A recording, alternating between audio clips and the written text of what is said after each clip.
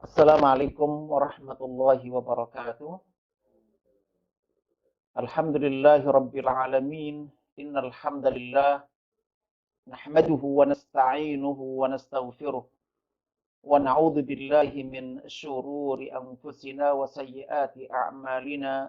May yahdihillahu fala mudhillalah wa may yudlil fala hadiyalah. Ashhadu an la ilaha illallah wahdahu la syarikalah wa ashhadu anna Muhammadan 'abduhu wa rasuluh. Allahumma salli ala Muhammad wa ala ali Muhammad kama sallaita ala Ibrahim wa ala ali Ibrahim innaka Hamidum Majid. Allahumma barik ala Muhammad wa ala ali Muhammad kama barakta ala Ibrahim wa ala ali Ibrahim innaka Hamidum Majid. Wardallahum 'anil khulafa'ir rasyidin Abi Bakr wa Umar wa Utsman wa Ali wa 'anis sahabati ajma'in wa 'anit tabi'in wa tabi'ihim bi ihsanin ila yaumiddin. Subhanak la ilma lana illa ma 'allamtana innaka antal alimul hakim. Allahumma faqqihna fid din wa 'allimna al-kitaba wal hikmah. Allahumma ighfir dhunubana wa tahhir qulubana wa fassih alsinatana wa hassin furujana wa atina al-hikmata wal hukma rahmatan lil alamin. Ya hayyu ya qayyum birahmatika nastaghis aslih lana syu'unana kullaha wa la takilna ila anfusina tarfata 'ainin. Allahumma ij'alna min ibadika alladhina ataitahum malan wa ilma wa hum yattaquna fihi rabbahum wa yasiluna fihi rahimahum wa ya'lamuna lillahi fihi haqqan.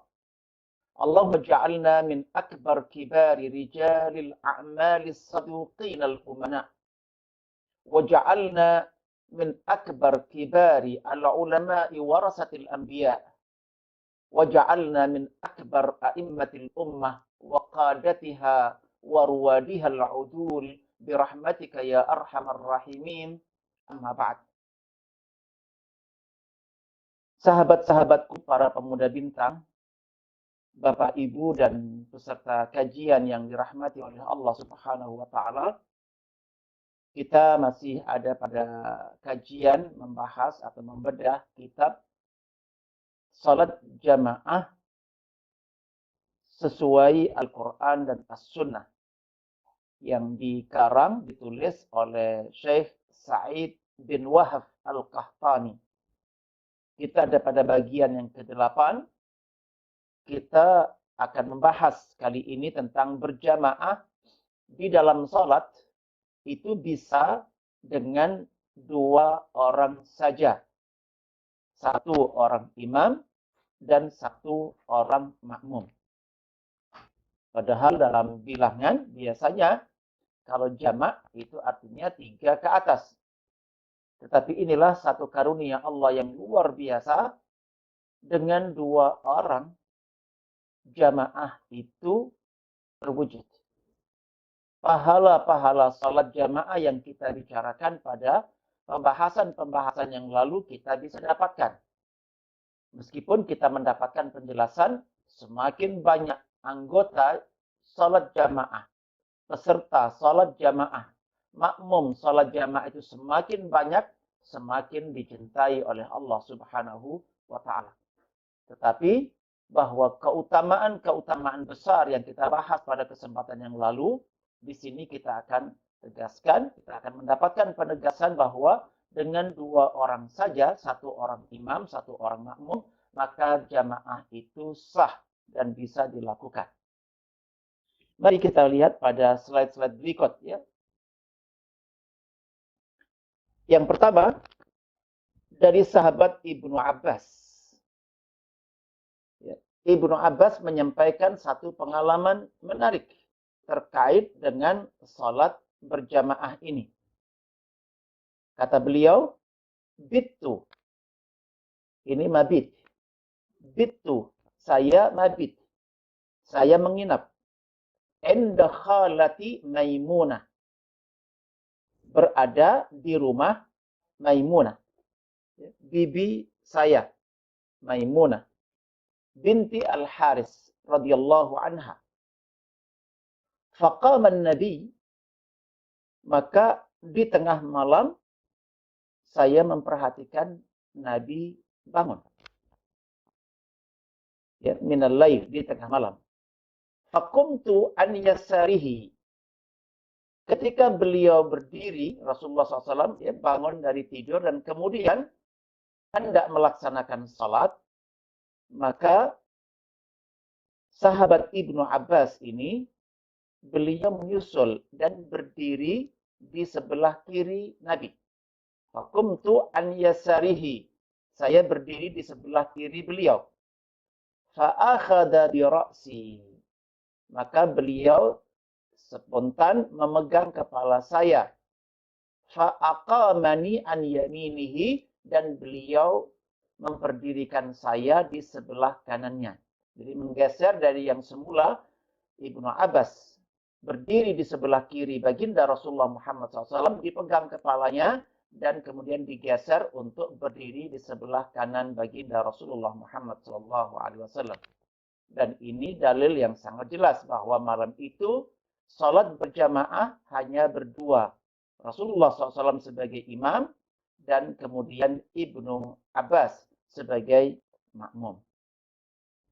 Ini sebuah ya, kalau kita ambil juga dari sisi tarbawi pendidikannya, ini Masya Allah ya, Ibnu Abbas seorang sahabat muda, ya, murid Nabi Muhammad SAW yang masih muda belia, bahkan ketika beliau lahir, Nabi juga yang mendoakan supaya Ibnu Abbas dipakarkan di bidang agama, difakihkan di bidang agama, dan lebih khusus Nabi berdoa agar Ibnu Abbas dialimkan oleh Allah, diulamakan oleh Allah di bidang tafsir, untuk menjadi rujukan tafsir bagi umat Islam hingga hari kiamat. Dan itulah yang terjadi. Beliau pun ternyata bukan hanya tidur di rumah orang tuanya, tetapi bahkan beliau tidur bersama bibi beliau yang menjadi istri Nabi kita Muhammad SAW.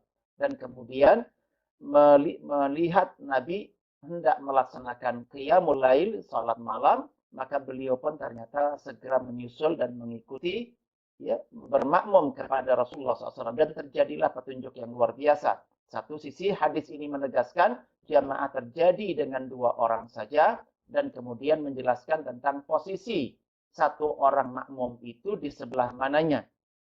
Ya, di awal Ibnu Abbas belum tahu ilmunya, maka beliau berdiri di sebelah kirinya Rasulullah SAW. Tapi ternyata kemudian kepala beliau dipegang dan digeser oleh Nabi untuk berdiri di sebelah kanan. Hadis diriwayatkan oleh Imam Bukhari dan oleh Imam Muslim.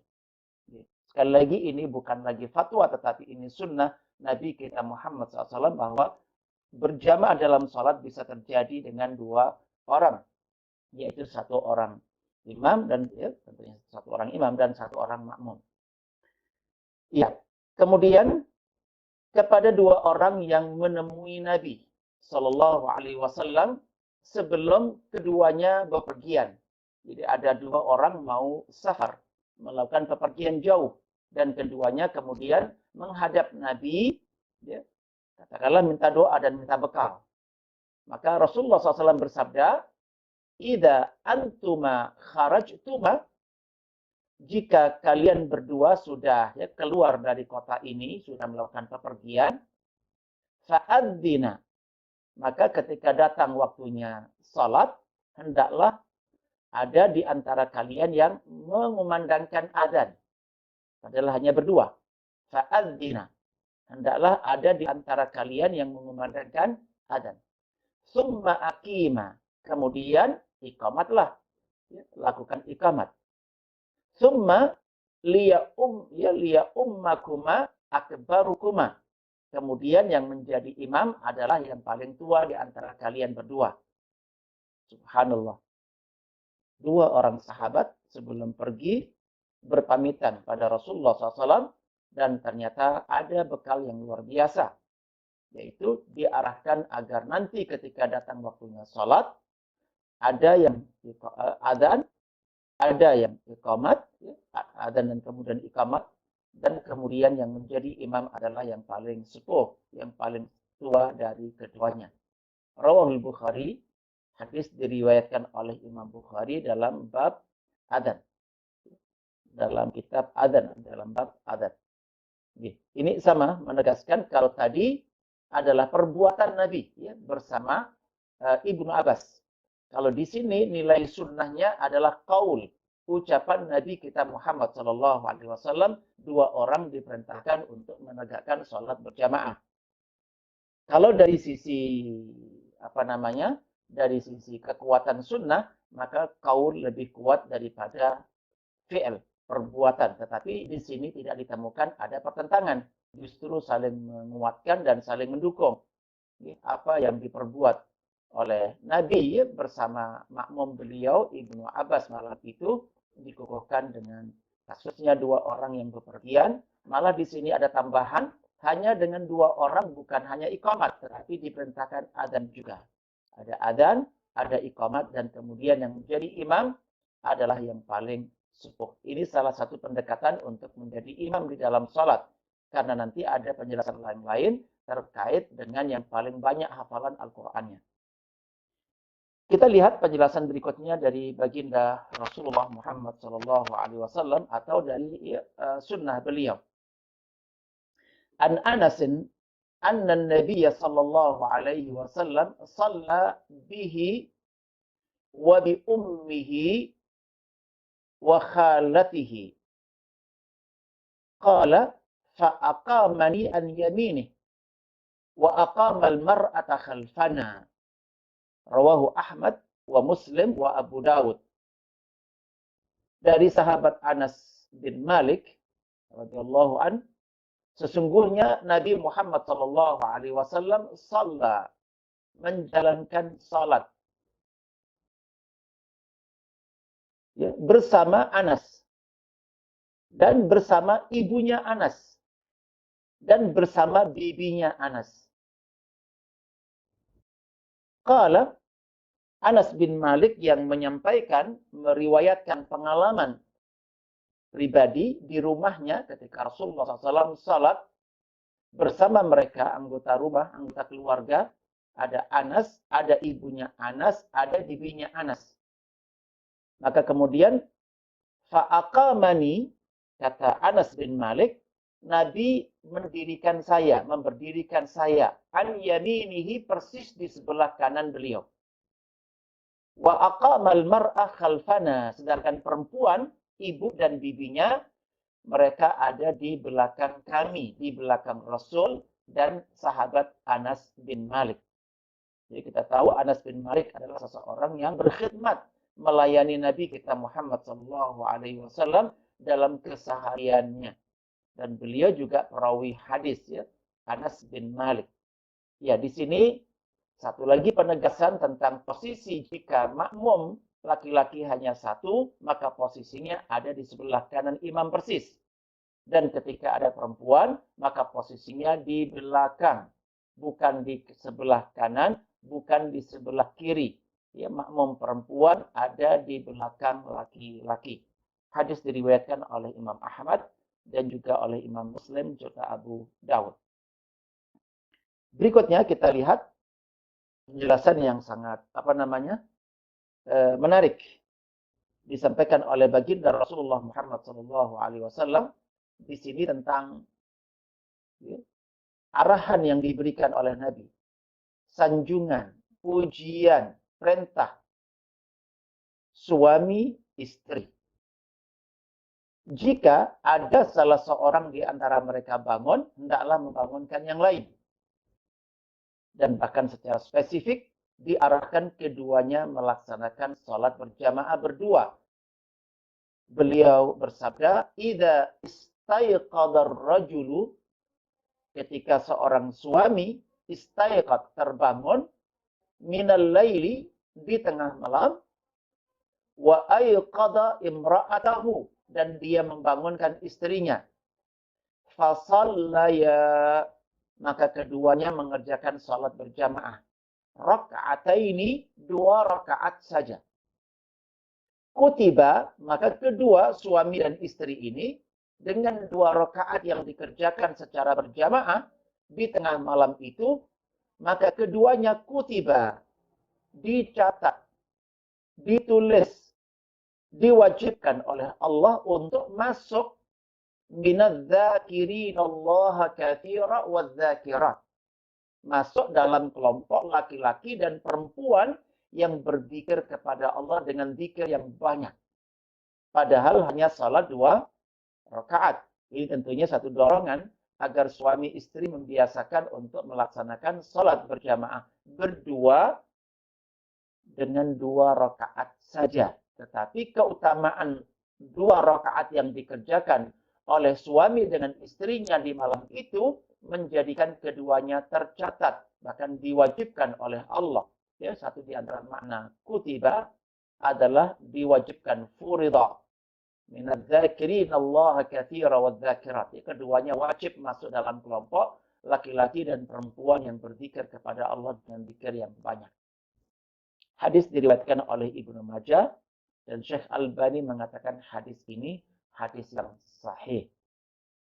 Ya, di sini dua orang mengerjakan salat berjamaah, ya, suami dengan istri. Ya. Tetap tadi posisinya suami sebagai imam di depan dan istri, ya, walaupun tadi istrinya tetap posisinya di belakang. Ya, posisinya di belakang, bukan di sebelah kanan. Dan yang luar biasa adalah pahala salat berjamaah suami istri ini, meskipun hanya 2 rakaat, mengantarkan mereka mendapatkan syahadah. Mendapatkan ya, semacam pengakuan, sertifikat orang yang masuk dalam kategori penzikir, pengingat kepada Allah dengan jumlah yang banyak, baik laki-laki maupun perempuan. Kita perhatikan pada penjelasan berikutnya. Tidak boleh jamaah oleh 2 orang dengan seorang laki-laki dan seorang perempuan, hanya saja perempuan ini bukan mahramnya. Ini 2 orang. Tadi kalau suami istri diperbolehkan, malah dianjurkan. Tadi orang yang bepergian 2 orang, laki-laki sama laki-laki, diperintahkan. Ya. Sebagaimana tadi kasusnya, Rasulullah bersama Ibnu Abbas, ya, 2 orang sama-sama laki-laki. Ini pembicaraan yang sejak awal dibahas adalah berjamaah itu bisa ya dianggap sah ketika dikerjakan oleh 2 orang. Hanya saja ketika kasusnya 2 orang ini adalah 1 orang laki-laki bersama wanita yang bukan mahram, di sini para ulama mengambil dari hadis yang bersifat umum, tidak diperkenankan sholat berjamaah berdua antara laki-laki dengan 1 orang perempuan yang bukan mahram. Karena apa?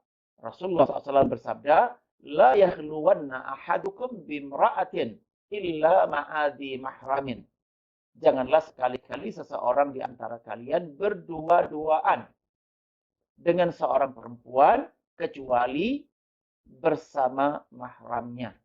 Muttafaqun alaihi. Karena kerasnya larangan ini, maka tadi sampai sholat berjamaah pun antara mereka berdua tidak diperkenankan. Jadi tidak sah sholat berjamaah berdua antara laki-laki 1 orang laki-laki dengan 1 orang perempuan yang bukan mahramnya. Berikutnya, teman-teman sekalian yang dirahmati oleh Allah Subhanahu wa Ta'ala. Boleh sholat berjamaah dengan imamnya masih anak-anak. Masya Allah. Yang memenuhi syarat menjadi imam. Ya, memenuhi syarat menjadi imam diantaranya memang punya hafalan Al-Quranul Karim. Ya. Rasulullah SAW bersabda, wa an Amr bin Salamah qala abi. Dari sahabat Amr bin Salamah, beliau berkata, qala abi, ayahku berkata, ji'tukum min 'indin Nabi sallallahu alaihi wasallam haqqa. Saya akan sampaikan kepada kalian sesuatu yang saya dapatkan dari baginda Rasulullah Muhammad sallallahu alaihi wasallam. Benar-benar berasal dari Nabi, bukan dari diri saya pribadi atau dari orang lain. Apa yang akan saya sampaikan kepada kalian ini adalah benar-benar berasal dari Nabi. Faqal, apa pesan Nabi? sallu salata kada fi hini kada wa sallu salata kada fi hini kada. Salatlah, ya, salat fulan, salat A, atau salat B, atau salat X, katakanlah kita namai. Salatlah kalian salat subuh pada waktu saatnya telah tiba. Atau salatlah kalian salat zuhur ketika matahari telah tergelincir. Salatlah kalian salat asar ketika bayangan benda sudah melampaui ukuran benda itu, misalkan. Dikatakan oleh Nabi, sallu kada. Beliau tidak menyebutkan nama salatnya. Fi hini kada, ketika waktunya itu sudah tiba. Wa sallu kada fi hini kada. Fa'idha hadarat as-salatu. Dan ketika satu salat di antara salat yang disebutkan oleh Nabi, dan itu tidak lain adalah salat subuh, duhur, asar, maghrib, dan isya. Fa'idha hadarat as-salatu. Ketika waktu salat sudah tiba. Falyu'adzin ahadukum. Hendaklah seorang di antara kalian mengumandangkan adzan. Falyu'adzin ahadukum. Wal ya'ummakum aktsarukum Qur'anan. Dan hendaklah yang mengimami kalian adalah yang paling banyak hafalan Qur'annya. Aktsarukum Qur'anan. Ini satu sanjungan, satu pujian, satu motivasi dari Nabi agar umat Islam memperbanyak hafalan Al-Qur'annya. Qala, maka Amru bin Salamah melanjutkan perkataannya, fanadharu. Ketika itulah maka jamaah yang diberikan kabar tentang pesan Nabi ini, nadharu, mereka melihat-lihat kanan kiri setiap ya orang yang hadir diperhatikan. Falam yakun ahadun aktsara Qur'anan minni. Ternyata tidak seorang pun dari mereka itu yang hafalannya lebih banyak daripada saya. Kata Amru bin Salamah. Ya, mereka melihat-lihat itu mencari siapa yang paling banyak hafalannya. Ternyata justru penyampai hadis ini paling banyak hafalannya. Kenapa? Lama kuntu atalaqqa minar rukban. Itu dikarenakan setiap ada kafilah datang, kafilah dagang dan seterusnya datang, saya belajar dari mereka. Subhanallah. Ini penduduk satu wilayah memanfaatkan kafilah-kafilah datang yang membawa hafalan Quran yang banyak. Bukan sekedar merespon dagangan yang mereka jual, tetapi dimanfaatkan apa yang dimiliki oleh para pedagang. Kafilah-kafilah yang datang ini dijadikan langganan. Jadi si Amru bin Salamah ini punya kebiasaan yang sangat bagus. Ketemu orang, itu dilihat dari sisi kemampuan tentang Al-Quran. Dan dia tidak ragu dan tidak malu, tidak takut untuk belajar Al-Quran dari mereka. Dan mereka pun senang mengajarkan Al-Quran kepada Amru bin Salamah. Dagangannya laku dan dia memiliki kader di sebuah wilayah. Ya, jadi penyebab kenapa masih kecil dia sudah lebih banyak hafalannya, itu karena dia memanfaatkan keberadaan rombongan-rombongan dagang itu untuk dia ambil belajar Al-Quran dan menghafalkan Quran dari mereka. Apa efeknya? Faqaddamuni baina aydihim. Maka mereka semua lebih memilih saya, mengajukan saya untuk menjadi imam ketimbang diri mereka sendiri. Subhanallah. Wa ana ibnu sittin au sab'i sinin. Padahal ketika itu usia saya baru 6 tahun atau 7 tahun. Allahu Akbar. Bayangkan di sebuah kampung ada 100 orang makmum. 150 ya, makmum. Dan kemudian karena keunggulan Al-Quran yang dimilikinya, justru anak 6 dan 7 tahun ini yang diajukan untuk menjadi imam berdasarkan kriteria yang disampaikan oleh baginda Rasulullah Muhammad SAW adalah bahwa yang paling berhak menjadi imam adalah aksarukum Qur'anan, yang paling banyak hafalan Al-Qur'annya. Para pemuda bintang yang dirahmati oleh Allah, mudah-mudahan kita semua di antara orang yang dimudahkan oleh Allah untuk senantiasa bertambah hafalan kita. Syukur bahwa kemudian kita bisa hafal 30 juz. Bahkan kemudian bukan hanya hafal ayat-ayat, tetapi kita juga dimudahkan oleh Allah untuk faqih terhadap isi dan kandungannya berupa ilmu dan petunjuk-petunjuk Allah Subhanahu wa taala. Iya, di sini dalam konteks sholat berjamaah, ternyata anak-anak yang masih kecil pun asal memenuhi persyaratan menjadi imam, tadi di antara faktor utamanya adalah dia punya hafalan lebih banyak, itu dibenarkan. Dan hadis ini diriwayatkan oleh Imam Bukhari, serta oleh Abu Dawud dan oleh Imam Nasai. Mudah-mudahan anak-anak kita semuanya ya, diberikan oleh Allah kemampuan untuk itu. Ini terjemahannya sudah saya terjemahkan tadi. Kita lewati saja dan kita perhatikan terkait penjelasan berikut tentang ijma ulama. Ya, tentang ijma ulama terkait dengan tema yang kita bicarakan. Qala al-Wazir Ibnu Hubairah rahimahullah wa ajma'u ala anna aqallal jam'i alladhi tan'aqidu bihi salatul jama'ati fil fardi ghairal jum'ati isnan imamun wa ma'mumun qa'imun an yaminihi. Wazir Ibnu Hubairah mengatakan, dan para ulama mereka semuanya telah berijma. Ijma artinya sepakat tanpa ada pendapat yang berbeda. Mereka nyatu ya satu kata.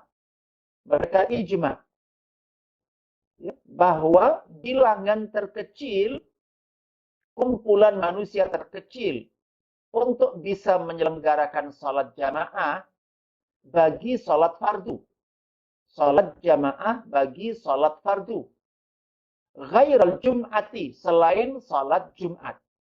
Ini sholat fardu diselenggarakan dengan berjamaah, ya, selain sholat berjamaah.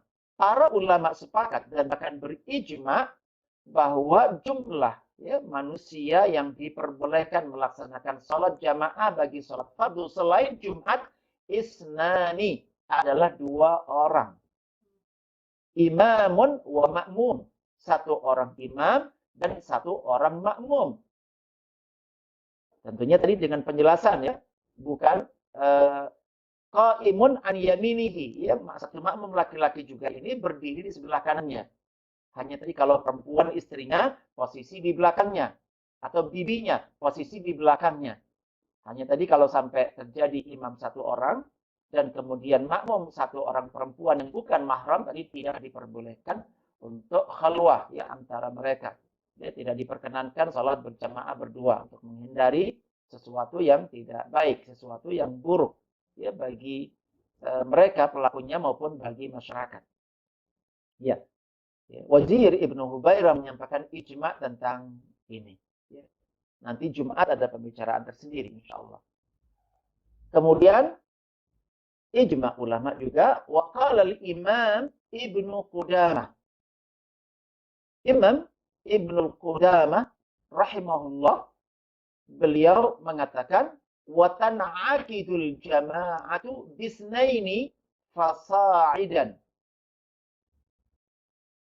Imam Ibnu Qudamah rahimahullah mengatakan salat jamaah itu bisa diselenggarakan dengan isnaini, dengan 2 orang saja dan ke atas atau lebih dari itu. Di batas minimal salat jamaah adalah 2 orang. Dan beliau ketika mengatakan tentang itu, la na'lamu fihi khilafan. Tentang diperbolehkannya salat jamaah berdua ini, kami tidak pernah mengetahui ada beda pendapat di kalangan para ulama. Tidak ada pendapat lain. Mereka satu pendapat bahwa salat berjamaah non-Jumat tadi itu boleh diselenggarakan hanya dengan 2 orang saja. Bahkan tadi diatur oleh Nabi Muhammad SAW ketika kemudian makmumnya laki-laki ada di persis di sebelah kanannya. Ketika makmumnya perempuan ada di belakang. ketika satu orang laki-laki, satu orang perempuan, maka yang laki-laki di sebelah kanan imam dan perempuan di belakangnya. Begitu seterusnya. Ya, begitu seterusnya. Dan ditegaskan tadi ketika disampaikan oleh Ibnu Qudamah, la na'lamu khilafan, la na'lamu fihi khilafan, tentang ini diperbolehkannya jamaah dua orang ini, kami tidak pernah mengenal adanya pendapat yang beda dari ulama siapapun yang muktabar ya sebagai atau status keulamaannya. Oke. Dan kemudian yang terakhir ini, waqala al-Imam Ibnu Abdul Bar rahimahullah. Imam Ibnu Abdul Bar rahimahullah mengatakan, ajma'al ulama ala anna al-mar'ata tusalli khalfar rajuli wahdaha safa wa anna sunnataha al-wuquf khalfar rajuli la an yaminihi. Penegasan dari Imam Ibn Abdul Bar rahimahullah, ajma'al ulama, para ulama berijma ala, bahwa annal mar'ata, sesungguhnya wanita, istri, anak, saudara perempuan, ya, bibi, ala annal mar'ata, bahwa seorang wanita ketika salat berjamaah tadi itu, tusalli khalfar rajul, dia mengerjakan salat di belakang laki-laki, wahdaha safa, ya, meskipun dia sendirian, itu ada di belakang, bukan di sebelah kanannya laki-laki atau di sebelah kiri. Walaupun tadi suami istri, tetap perempuan ada di belakang. Wa anna sunnata, ya, sunnatuha wa anna sunnataha al-wuquf. Dan sunnahnya bagi perempuan adalah al-wuquf khalfar rajuli, di belakang laki-laki, di belakang suami. La an yaminihi, bukan di sebelah kanan. Ya, ini sebuah ya petunjuk yang sangat luar biasa disampaikan oleh Rasulullah SAW juga oleh para ulama terkait dengan pelaksanaan salat jamaah yang kita bicarakan pada pertemuan-pertemuan yang lalu, keutamaannya yang sangat luar biasa. Jangankan salat berjamaah, berjalan menuju masjid, kemarin kita sampaikan penjelasan yang sangat-sangat luar biasa dari Rasulullah SAW. Bahkan kemudian pada pembicaraan terakhir tentang adab-adab berjalan menuju masjid. Ya, tentang adab-adab berjalan menuju masjid. Semua dibimbing dan semua diatur. Karena ternyata sejak keluar dari rumah menuju masjid, pada posisi kita sudah punya wudhu, sudah dianggap kita ada di dalam sholat. Maka diatur ya, seperti apa berjalannya dan seperti apa yang tidak boleh dilakukan pada posisi di perjalanan. Ya, pada posisi di perjalanan. Bahkan sampai nanti kita keluar masjid dan pulang kembali ke rumah, masih dihitung sebagai pada posisi sholat berjamaah. Nah, yang menarik pada pembahasan kita yang barusan tadi adalah bahwa sholat berjamaah itu dimungkinkan terjadi hanya dengan dua orang pelaku saja. Satu orang imam dan satu orang makmum. Dan tadi dengan beberapa uraian, ya, ada pengecualian tadi ketika dua orang ini adalah jika satu laki, satu perempuan dan bukan mahram, tadi tidak diperkenankan untuk menyelenggarakan sholat berjamaah berdua. Dia tidak diperkenankan untuk menghindari fitnah. Saya berharap mudah-mudahan kita diberikan oleh Allah pemahaman yang baik di tema ini. Kita dimudahkan oleh Allah bisa mengamalkan, dan kita juga dimudahkan menyampaikan kembali ke orang lain. Dan insya Allah kita akan bertemu kembali pada pertemuan yang akan datang. Bagian yang ke-9 terkait dengan terhitung mendapatkan salat berjamaah dengan mendapatkan satu rukuk. Ya, dengan mendapatkan satu rukuk. Katakanlah salat subuh, ada makmum yang masbuk dan mendapatkan rukuk pada rakaat yang kedua, dia dinilai masih mendapatkan salat berjamaah. Sebagaimana ketika dia masuk dalam salat di rakaat pertama sebagai masbuk. Ketika dia takbiratul ihram, posisi imam sedang rukuk di rakaat pertama dan dia bisa masuk salat pada posisi imam posisi rukuk, maka dia dianggap mendapatkan rakaat tersebut. Lebih detail insya Allah kita akan bahas itu pada pertemuan yang akan datang. Sekali lagi dengan harapan Allah terus menyempurnakan pengetahuan yang diberikan kepada kita, Allah terus menyempurnakan hidayah yang Allah berikan kepada kita, dan terus menyempurnakan amalan-amalan kita terkait dengan ibadah yang paling utama yaitu salat ini sesuai dengan petunjuk Allah, ya, syariat Allah dan contoh yang diberikan oleh baginda Rasulullah Muhammad SAW, kita pun dimudahkan untuk menyampaikan kembali kepada orang lain. Dan mudah-mudahan apa yang kita sampaikan kembali kepada orang lain juga terus bergulir kepada generasi-generasi setelahnya hingga hari kiamat kelak. Dan masuklah itu bagian dari ilmun yuntafa'u bihi yang pahalanya tidak akan pernah putus. Aku lupa lihat wa astaghfirullah li wa lakum. Istaghfiruhu innahu wal ghafurur rahim. Subhanakallahumma wa bihamdik asyhadu an la ilaha illa anta astaghfiruka wa atubu ilaik. Assalamualaikum warahmatullahi wabarakatuh.